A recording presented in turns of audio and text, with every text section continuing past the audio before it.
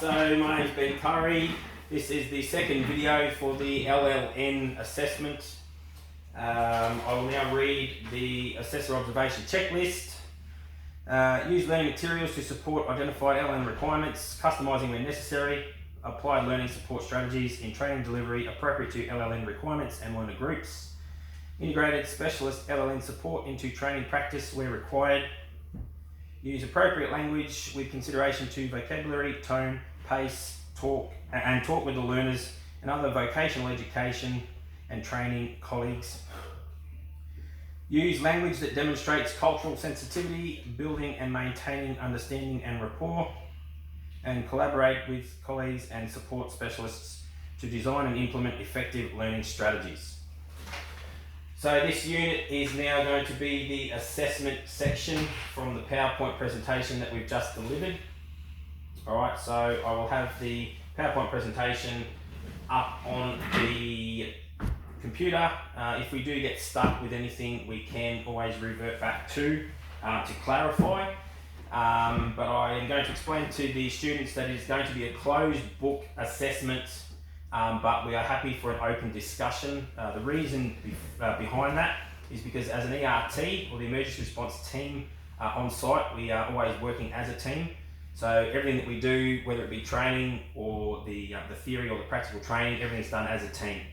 So closed book just to confirm that they've retained the knowledge that they've learnt, but open discussion obviously because there will be strengths and weaknesses amongst the team, so they can work together as a team to come up with the best answer that they possibly can.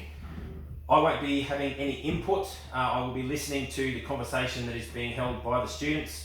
If they're heading down the right path, I'll sit back and not say too much, but if they are starting to veer off track, I'll bump them back into line just so those guys don't lose track of where they're heading. So guys, we're just about to kick off with the assessment. So with the information you've got in front of you, can I just get you to turn it over, which will identify that we are now a closed book assessment. Do you have any questions at this point about the assessment? Have you got that laptop? Oh mate, yeah, certainly. Got that laptop for you. So that will assist, it'll assist us to ensure that the answers you put down are legible. It will also help a little bit too because you've got access to spell check. If you're uncertain of any words, this will give you everything that you need to know, mate. Alright, thank you. One laptop for you, sir. Will there be any math in this test? Mate, yeah, there's a couple of calculations that will need to be done surrounding the safe work limits and stuff like that. Yeah. So what we'll do is I will get you the cheat sheet, right? And basically what that does is it's just going to help you with specific weights and loads to identify what the answer should be within that. And that's something that's laminated and it's something that you can keep in your back pocket at any stage that you can draw on. Right, so here that is here now, mate. Cheers, thanks for that. Excellent. Any questions, mate? Yeah, I'm a bit more of a practical learner. I'm wondering if I could spend a bit of time perhaps with the other trainer. Yeah, certainly. Yep. Hands-on stuff. Yeah, definitely. So the other trainer's just turned up. He's just going through the induction for site now. Once he turns up into this classroom and we've done the theory, what we'll do is we'll map your practical training across as well. So don't get too caught up with the theory side of things. As a group, we will get you to answer the questions. Alright, but if we've identified that the practical side of things is where you're going to excel, we can get you out there and do a bit more training so it starts to sink in a bit more with the practical side of things. Alright, so yeah, the other training's not too far away.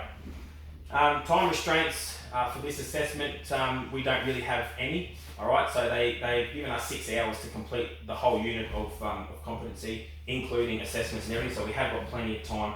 Alright, so don't feel like you're going to be pushed for time, alright guys? Any questions throughout the assessment, feel free to ask. I'm here to point you in the right direction to see if we can get you guys to draw back on the information that you've learnt and to see what you've retained. Alright? So what I'll do now guys is I'll hand out the assessment form. That one's yours. If I can just get your name on the front, today's date, the mine site that we're currently at.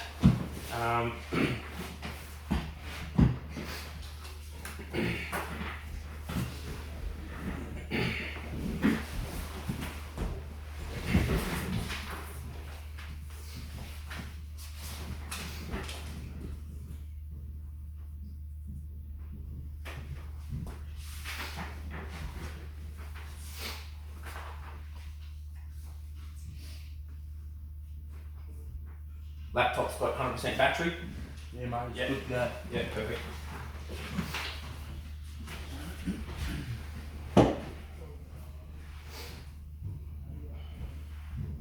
Alright, so what I want you guys to do is talk out the question. Alright, so for me, sitting back over here, I know what question you guys are starting to answer, and then as the open discussion occurs, I can hear what's being said. Alright, so I can then confirm that you guys are heading down the right path. Alright, so if you just want to start with question 1 there, Johnny? What are the levels of interagency arrangements in Australia? Alright, so as a discussion, guys, what do you think? Interagency arrangement. So at the moment, we're currently the mine site. Oh, okay. Alright, so we would be our own agency. Yep. Alright, what other agencies around the area or the state, if we wanted to get that big, Emergency services. that would assist? Alright, so what else is out there? So like actual individual, like your police force. Yeah, 100%. Your ambulance. Yep. SAS. Yep. So they'll all assist us in some way if we had a catastrophic event on site and we needed to contact them for extra assistance, because each one of those guys or each one of those groups provide, or they bring to the table a very select skill set, right? Because as the ERT, you're not going to be able to do everything, right? And that's why we will call for ambulance. That's why we'll call police. That's why we will call the fire brigade. You know, there's special units within the fire brigade that specialise purely like for a hazardous response, hazardous chemical response, right? And being that we are going to hold multiple chemicals on site, it would be fair to say that down the track, potentially, touch wood, it never happens, but if we needed to because we had a big chemical spill, we would utilise the industry experts. All right. Yep. All right. And moving on now to the next question. So question 2, what does your duty of care refer to in the workplace? Duty of care is our safety and our, looking out for each other and ourselves. Yep. Make sure everyone makes it home at the end of the day. So you've got a duty of care for who, really? Is there only one person that we've got a duty of care to, or? Not just ourselves, but I think the whole, like everyone else on site, everyone around us, everyone Yeah, that's All social. colleagues and stuff. Yeah, excellent. Yep. Really good answer.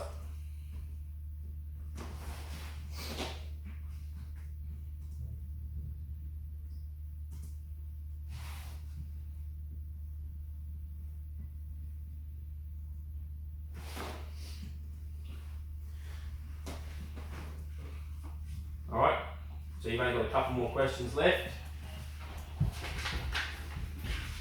I think.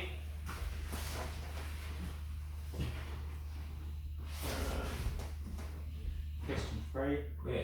Yeah, I'm not sure about this. Why is it important to know the safe working load and breaking strain for any ropes and slings you use?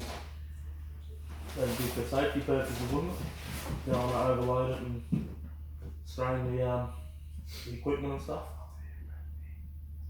Yeah, I think so. Is it? Yes, I guess to prevent it from breaking and So this is where you could refer back to the little cheat sheet that I've given you in regards to safe work limits, ratings of carabiners, of shackles, what each sling is rated to, just so you can make the calculation as to the load that you're lifting and that it falls underneath the safe workload. So you're not going to either overstrain or overstretch any of the slings or ropes that you're using.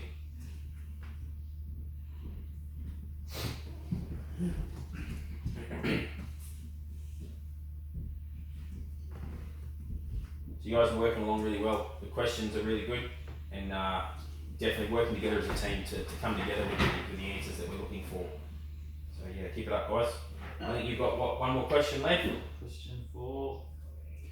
List 3 items of personal protective equipment you may select and use for vertical rescue. Yep. Alright, so when we're talking vertical rescue, specifically the gotcha kit, alright, what are some of the important pieces of PPE that we would require to protect ourselves? first and foremost. All right, so that's what they're asking.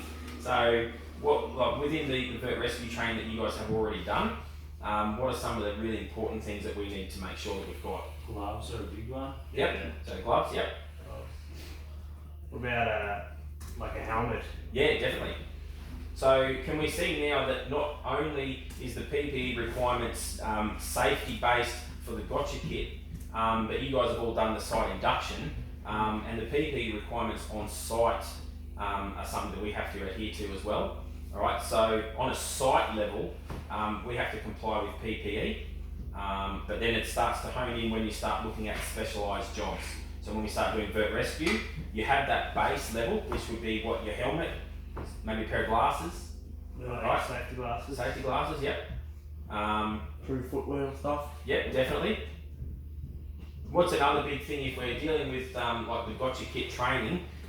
Do you think that if we're going to be working at heights to perform a rescue, that there would be something that we would have to be wearing ourselves? Harness. Yeah, exactly. Yeah. So now that's starting to get really specific to the PPE that we are going to require for the task that's in front of us. Right, now with that harness, obviously it has to be in date, it has to be inspected. You know, there can't be any damage to that harness. So in that itself, we've got a whole lot of other checks that we have to do to ensure that that harness is fit for purpose. Alright guys, so you've done really well. That was the last question. Yeah. Excellent. Alright, so the other trainer's just coming down now. So what we'll do is we'll head out to do the practical training, and we'll get you to jump in with Axe, the other trainer, and he can spend a bit of time with you working through the practical hands-on side of things. Alright, and I'll take you guys, and we'll make a start. Excellent. Thank you.